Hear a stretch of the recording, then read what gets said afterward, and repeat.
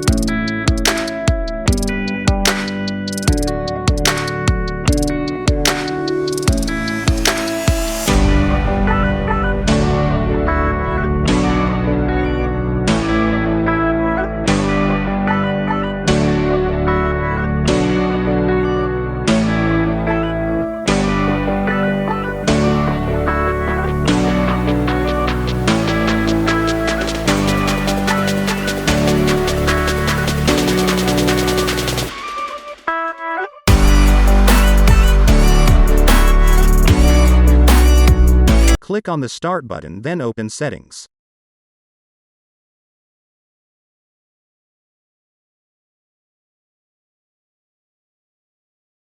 Go to the Network section. Look for Advanced Network Settings. Go down to Network Reset.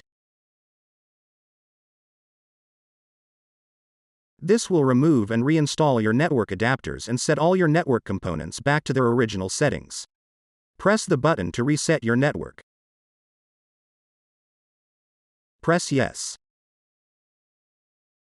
Restart your PC to apply the changes.